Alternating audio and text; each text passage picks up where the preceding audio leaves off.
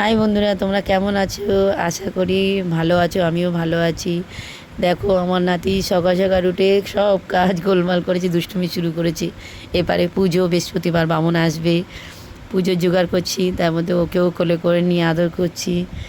এই সব রেডি হয়ে গেছে ঠাকুরের পুজোর। এবার বামুন আসবে, টাইম ও পুজোর জোগাড় করতে করে বৌমাকেও ডেকে দিলাম। উঠেও স্নান টান সেরে ও রান্নার জোগাড় করছে। আমি একাতে ভিডিও করি তো সব কিছু দেখাতে পারি না, তা দেখানোর চেষ্টা করব বাবু উঠে গেছে বলে। আর ওই বামন ঠাকুর আমাদের ঘরে এসে গেছে।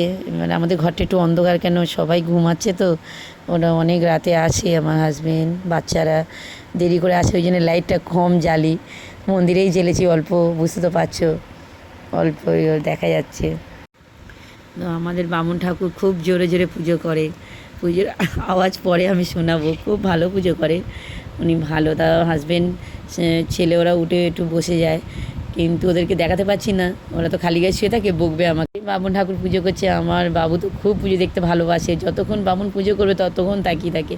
আমি নিয়ে সামনে দাঁড়িয়ে থেকে শাঁখ বাজাই, ঘন্টা বাজাই, এগুলো বাজাই থাকি। এক হাতে তো ওগুলো দেখাতে পারলাম না, চেষ্টা করবো দেখানোর জন্যে। ওই বামুন ঠাকুর পুজো।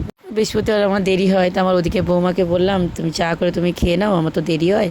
আগে বাবা ঠাকুরমশাই খেতো, এখন খায় না, দেরি হয়ে যায়। তা আমি বললাম বাবুকে নিয়ে আছি, পুজো দেরি হবে, তুমি খেয়ে নাও। ও খেয়ে নিয়েছে। আমি